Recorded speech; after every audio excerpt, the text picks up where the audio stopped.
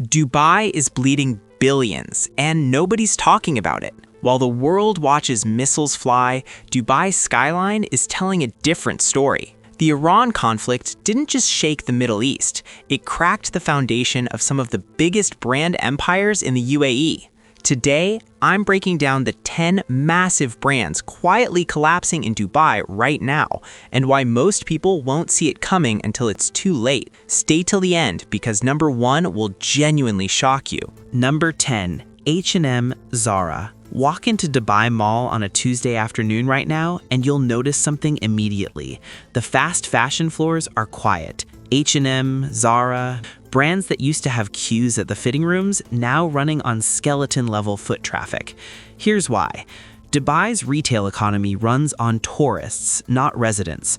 The moment Iran conflict travel advisories turned amber and red across Europe and East Asia, those tourists stopped coming. Rerouted to Bali, Portugal, Thailand, no tourists means no impulse fashion purchases. Then layer on the regional boycott movement, sweeping Western brands into a backlash building across Muslim-majority markets since late 2023. H&M's UAE franchise partner has quietly declined 2 lease renewals. Zara's parent flagged Middle East as a monitored zone in their last earnings call. In retail, when leases don't renew, the exit has already begun. Number 9. Carrefour UAE. Go to any Carrefour in the UAE right now. Look at the shelves. You'll see gaps. Not from a busy morning rush. Consistent structural gaps in dairy, imported goods, household items. Here's the supply chain reality. The Strait of Hormuz carries 20% of the world's oil and a massive share of container shipping into Jebel Ali port. When tensions escalate there, shipping insurers reprice risk immediately. War risk surcharges jumped 300 to 400% in weeks, absorbed through longer routes, delayed shipments, higher shelf prices. Carrefour's French parent has already classified UAE operations under strategic review, corporate language for, is this market still worth it? Residents are seeing it. More expensive products, fewer imported options. Not dramatic, gradual. But in retail, gradual is how collapse starts. Number 8. Hilton and Marriott. Dubai's hotel economy ran on 3 pillars: luxury tourism, business travel, and conferences. All 3 took a simultaneous hit. Western corporations, US, UK, Germany, France, have travel risk policies that auto-escalate when insurers flag a region. The Iran conflict flagged the entire Gulf. Corporate travel to Dubai collapsed. Major firms quietly issued advisories, virtual meetings over site visits. Hilton and Marriott depend on midweek corporate occupancy to stay profitable. Weekends with tourists? Fine. Empty Monday through Thursday? That's an unprofitable hotel. The result? Revenue per available room hit its lowest since COVID shutdowns. Entire floors in 5-star properties are physically closed, elevators bypassing them, housekeeping not staffed. Hilton and Marriott won't say it publicly, but their numbers are saying it very loudly. Number 7. Emirates NBD. Emirates NBD isn't collapsing, but in banking, you don't need to collapse to be in serious trouble. You just need confidence to shift. High net worth individuals, and Dubai has a massive concentration of them, move assets at the first credible signal of instability. Since the conflict escalated, private wealth advisors in Singapore and Zurich report Gulf clients quietly reweighting, moving from Dubai to Singapore, UAE funds to Swiss trusts, AED assets to USD. This isn't a bank run. It's slower and more dangerous.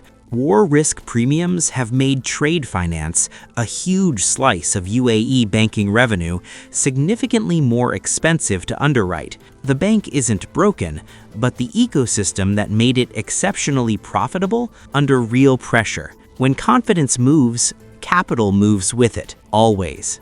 Number 6. Tesla Dubai. Dubai was supposed to be Tesla's Middle East flagship. Right climate, right demographic, right government ambitions. Then logistics hit. Tesla vehicles transit European ports through routes now carrying heavy war risk surcharges. Delivery timelines stretched from 6 to 8 weeks to 5 to 6 months. Customers who waited months started canceling. The waitlist, once a marketing asset, became a liability. EV infrastructure investment froze. Charging network expansions, government fleet contracts, real estate partnerships, all on pause pending geopolitical clarity. The showrooms are still open. The cars are still beautiful. But the pipeline? Bone dry. But that's not even the worst one. Number 5, IKEA UAE. IKEA's entire model depends on one thing: cheap, reliable, predictable shipping. The Hormuz disruptions broke all three simultaneously. War risk surcharges added 15 to 25% to shipping costs overnight. Vessel rerouting added weeks to transit times. And with ongoing escalation, no logistics planner can commit to a stable timeline anymore. UAE stores saw stock shortfalls first in the big items: sofas, wardrobes, bed frames, the things that actually drive revenue. More importantly, IKEA's planned expansion, new stores in Sharjah and Abu Dhabi, officially deferred. Capital back in committee. For a brand that grows by adding stores, not growing is already a form of retreat. Number 4, Starbucks UAE. Starbucks' problem in Dubai isn't logistics, it's perception. The regional boycott, triggered by the brand's perceived position on Gaza, was already burning before the Iran escalation. The conflict just poured fuel on it. Starbucks became a symbol of American foreign policy across Gulf populations. The numbers are painful. UAE franchise revenue dropped an estimated 30% year-on-year in 2025. Locations in secondary malls have broken leases early or declined renewals. Meanwhile, local cafe chains and Saudi brands are expanding aggressively into the space Starbucks is vacating. What makes this particularly dangerous? Coffee is a habit product.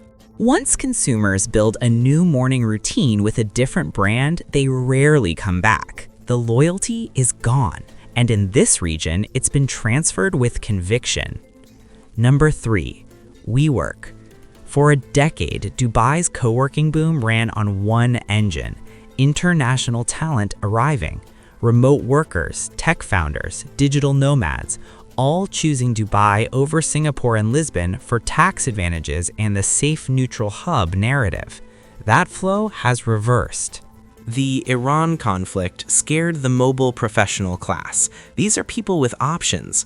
When their headquarters issue regional advisories, when clients prefer meetings outside the Gulf, when families back in Europe call worried, they move. Relocation consultants report a sharp uptick in outbound moves to Lisbon, Barcelona, and Singapore. The inbound pipeline has slowed to a trickle. WeWork's Dubai locations in DIFC and Business Bay are operating below 40% occupancy. At that level, you're not a business, you're a cost center waiting for a board decision to close.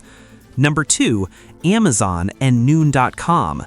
Amazon and Noon aren't just companies, they're indicators. When e-commerce slows, consumer confidence has deteriorated, discretionary spending has collapsed, and logistics are under stress.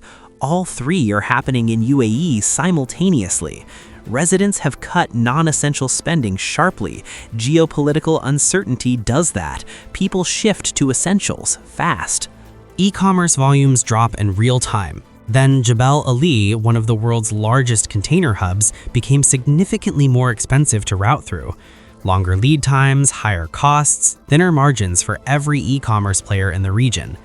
Amazon's internal language for its MENA roadmap shifted from accelerate to stabilize.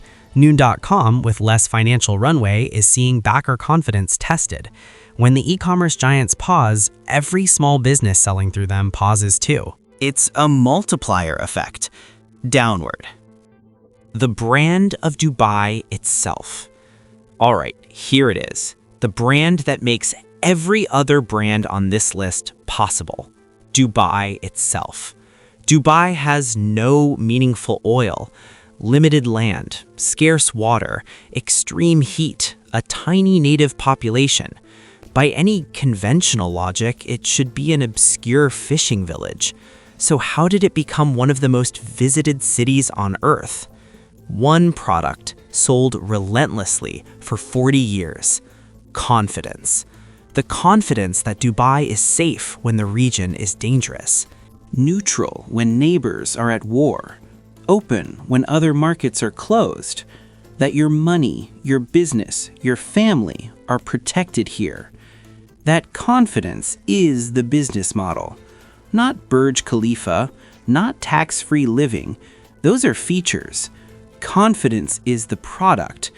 And right now, for the first time in modern Dubai's history, that product is under genuine threat. Visitor numbers in Q1 2026 are down 28% year-on-year. That's not seasonal. That's not a COVID echo. That's a structural signal. Flight bookings from UK, India, China, Western Europe, all showing sustained decline. International media coverage has shifted from aspirational to regional instability and travel advisory. Once those phrases attach to a destination, they are extraordinarily hard to remove. Dubai's leadership is fighting it. PR campaigns, reassurances, investment incentives. But here's the brutal truth about brand perception. You can spend $1 billion marketing confidence. You cannot buy back confidence the market has decided to withdraw. Every brand on this list isn't collapsing because of bad business decisions. They're collapsing because the foundation is shifting. And the foundation is Dubai's brand promise. That's the real story of 2026. Before you walk away thinking this is a Dubai obituary, let me be clear. Dubai has survived things that would have destroyed any other city. The 2008 financial crisis, COVID, regional tensions before, and every time they came back faster and harder than anyone expected. The question in 2026 isn't whether Dubai recovers, it absolutely can. The question is, at what cost, at what speed, and who's still standing when it does? The brands that survive will localize faster, hedge smarter, and won't wait for a geopolitical all clear. The ones that don't will be case studies in what happens when you assume the foundation is permanent.